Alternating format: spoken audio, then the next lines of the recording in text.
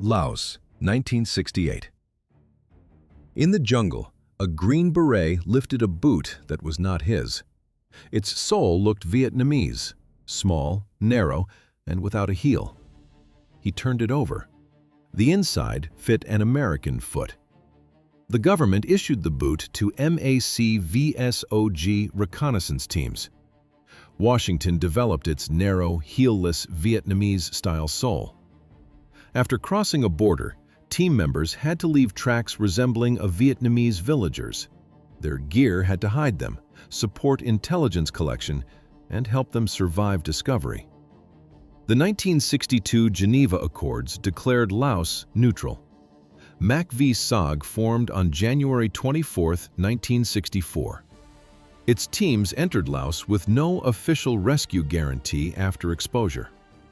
Washington designers cut the boot's inside for an American foot. That precaution matched the team's scale: 2 Americans and 4 to 6 Montagnard soldiers. MACV was no ordinary military unit. It hid behind the title Studies and Observations Group. The name suggested paperwork. The missions did not. Teams went deep into Laos, Cambodia, and North Vietnam.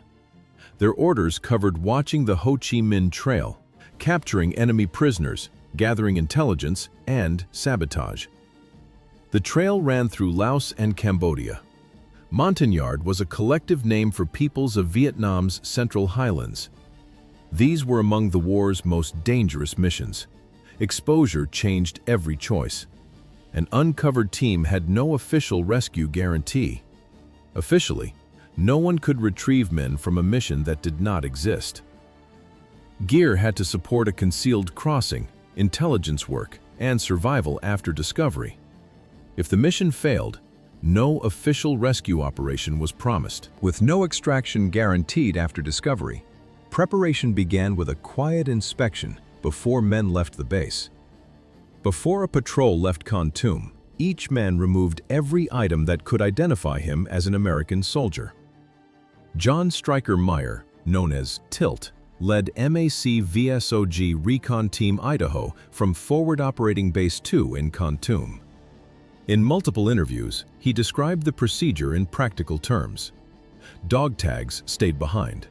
Military identification cards and letters from home stayed there too. Nothing carried a name, rank, or unit designation. At base, they left the Green Beret, Combat Infantryman Badge, and Airborne Wings, which could identify an American serviceman. Local tailors in Kontum made tiger stripe uniforms, a pattern worn by South Vietnamese forces. Zippered chest pockets held maps. The striped pattern gave the camouflage its name, while a standard dog tag carried a name and service number. Firearms received the same treatment. Before each mission, men removed serial numbers from every firearm they carried. Some weapons arrived through the CIA, already without United States government markings. A serial number could trace a firearm's origin. If an ambush killed the team, nothing left on the ground could link it to Washington. Removing labels did not remove every clue. Mud could still expose an American reconnaissance team. The mud preserved the clue. SOG men sometimes wore custom boots whose soles copied the bare footprint of a short Vietnamese person. The soles gave no heel or arch support. It was uncomfortable. Unlike a bare print with heel and arch, American tread could point pursuers toward the reconnaissance group. The wearer accepted discomfort, so the group left no American tread. The Pentagon widened the deception. It airdropped standard American military boots into the jungle, where North Vietnamese soldiers could find and wear them. American tracks no longer proved an American team had passed. About 20,000 pairs of standard American boots went into the jungle. After a patrol found the team, its hidden approach had ended. The first seconds of contact decided whether the team could break contact and survive until extraction. In April 1967, the U.S. Army bought exactly 510 Colt Commando carbines. The Army called them XM-177E2 and sent them only to MACV SOG. Only SOG units received them. Other Army and Marine formations did not receive them. The CAR-15 was a shortened M16, and the XM177E2 belonged to Colt's Commando line. Its barrel measured about 29 centimeters.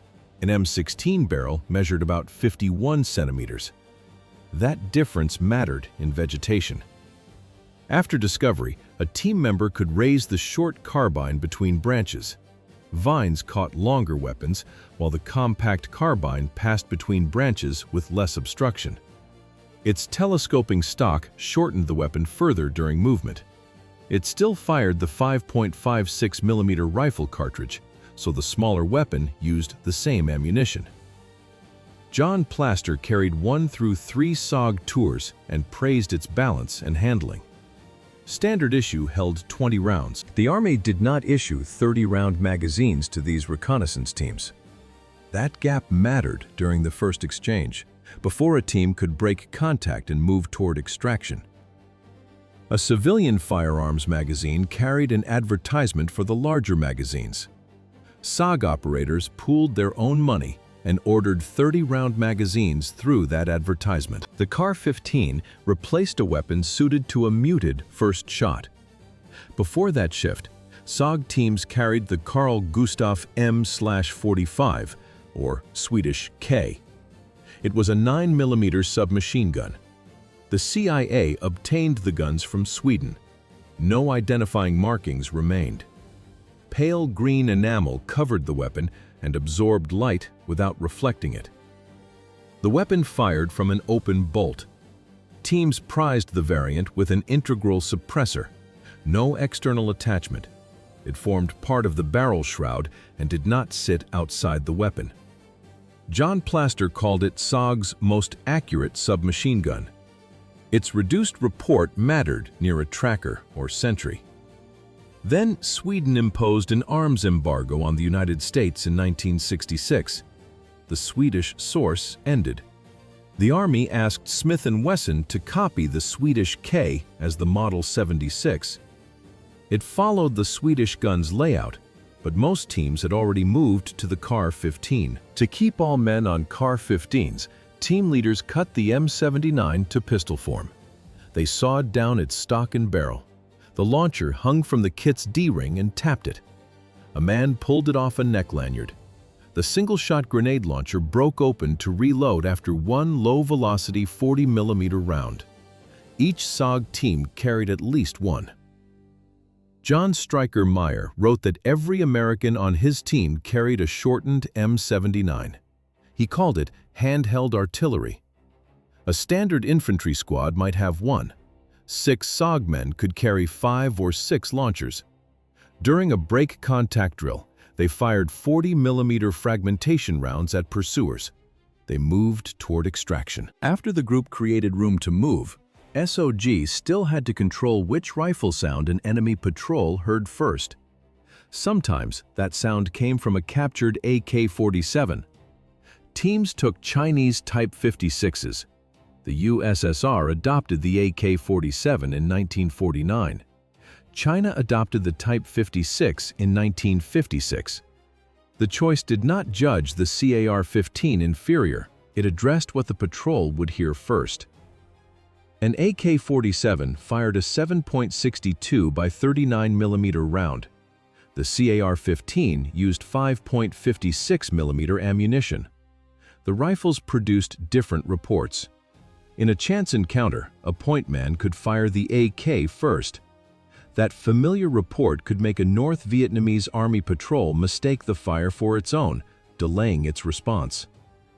Some teams paired captured AK-47s with North Vietnamese Army uniforms. The patrol might hold fire. An AK shot and a North Vietnamese Army uniform could give the group enough time to leave the encounter. Buying seconds after contact did not solve every close task. John Plaster carried a Browning high power for a different kind of fire. SOG chose the Belgian 9mm pistol as its standard sidearm.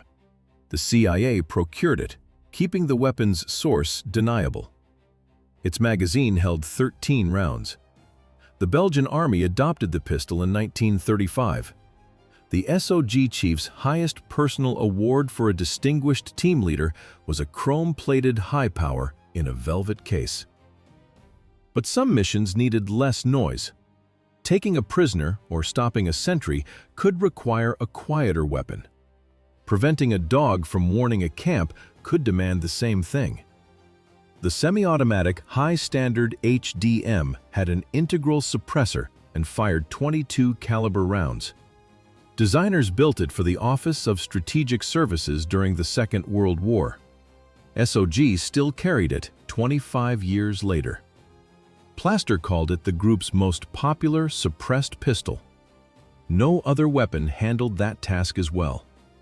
At close range, the HDM reduced a shot's sound by roughly 90%.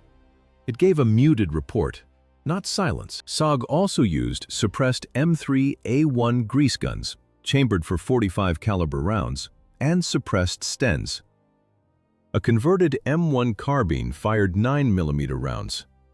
SOG kept a silent sniper weapon for one narrow, long-range task. The limit was clear.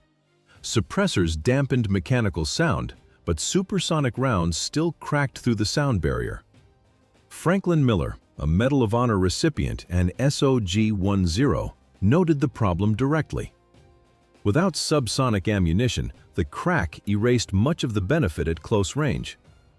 Finding subsonic loads for most weapons in-country was difficult. Long after larger options appeared, the high-standard HDM with subsonic rounds stayed useful. Faster bullets still gave themselves away with a crack, more than 10 kilograms with batteries.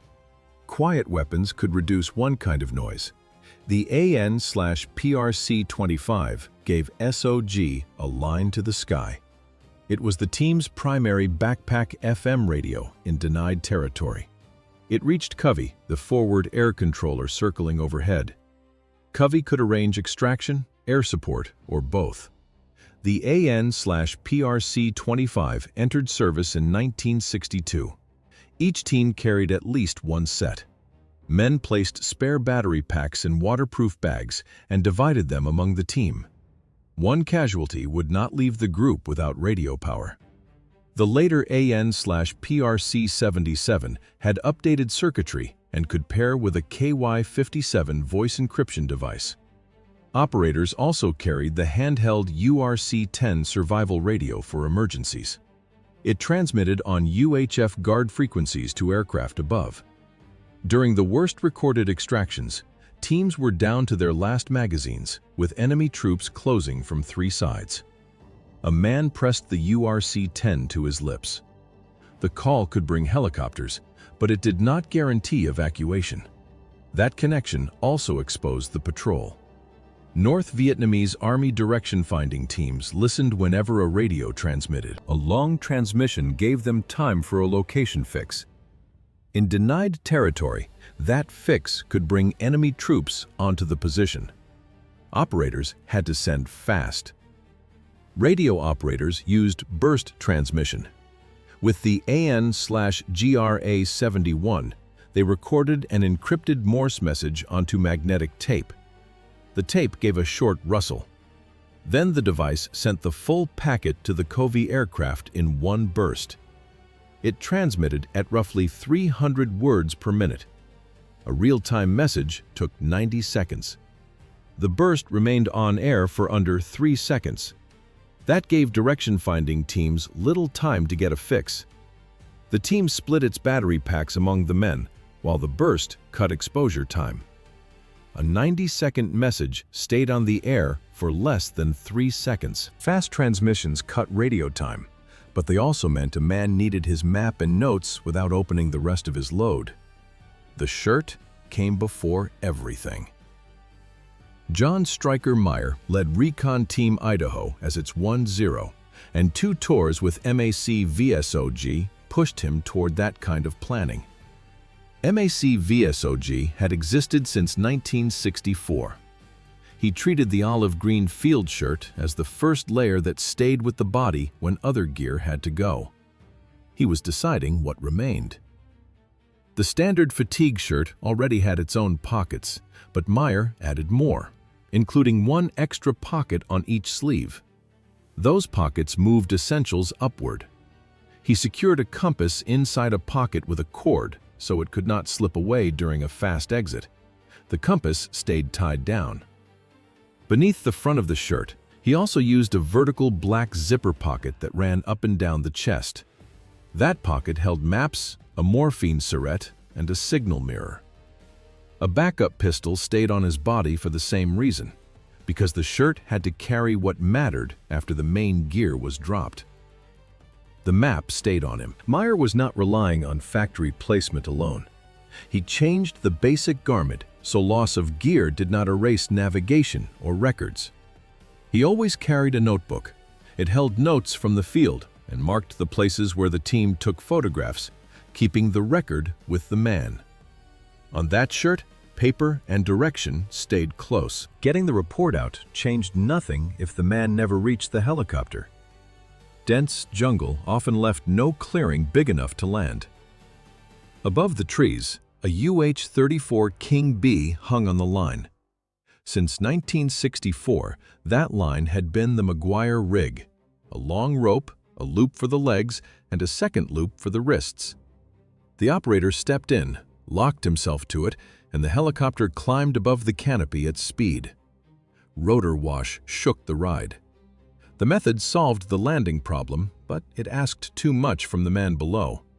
He had to stay upright, conscious, and strong enough to hold his grip through minutes of violent flight.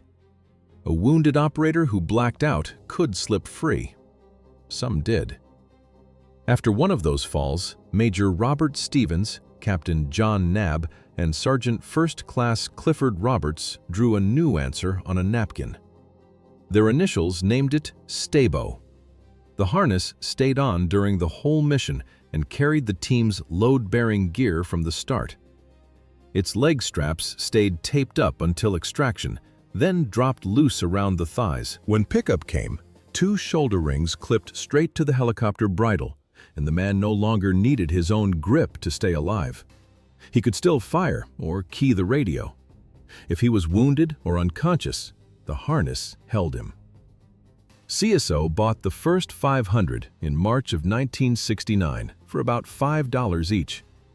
By October of 1970, about 3,300 had reached MACV SOG teams in the field. Roberts later received a Bronze Star, and at the lift point, the result was simple. The shoulder rings locked to the sling, and the wounded man did not need to hang on. After CISO fixed extraction, it turned to the next item every MACV man carried, a dark knife with no markings. On Okinawa, still under United States control until 1972, Conrad Baker, CISO's deputy, drew its blade from a hunting knife his father had carried since the 1920s. He chose blued steel to cut glare and stacked leather for the grip. The first Japanese contract ordered 1,300 knives at $9.85 each. That private gear reached far beyond the man carrying it. Along the Ho Chi Minh Trail, SOG teams moved with exploitation kits, document pouches, cameras, and sometimes hand-placed seismic intrusion detectors for Operation Igloo White, which began in 1960. Some sensors hid in fake vegetation. One trial version copied dog droppings until engineers noticed there were no dogs there. Their signals went to a United States Air Force Analysis Center in Thailand, which guided bombing runs on the trail around the clock. Once those teams slipped back out, 2 SOG stories still need a clear answer: cyanide capsules and the AK-47. No confirmed veteran account describes issued cyanide pills. John Plaster never mentioned it. John Meyer never mentioned it either, and no first-person gear list from operators includes it. Their rule against capture relied on firepower and grenades. The L pill belongs to the Office of Strategic Services in the Second World War. It never reached Laos. The AK-47 came along for sound and deniability. Through all of that, operators still prized the CAR-15. Plaster called it the finest combat weapon he ever used. That choice in weapons led to a larger decision: secrecy. For nearly a decade, MACV sent teams into places the United States government publicly denied entering. Those men carried weapons that same government denied supplying and wore uniforms it denied issuing. The details stayed buried until decades after the war, leaving little public record. On the ground, a team could trust only the men beside them and the gear they had chosen. 57 Green Berets from SOG are still listed as missing in action. After that roll call, the screen shifts to a related report on the secret war in Southeast Asia and goes deeper.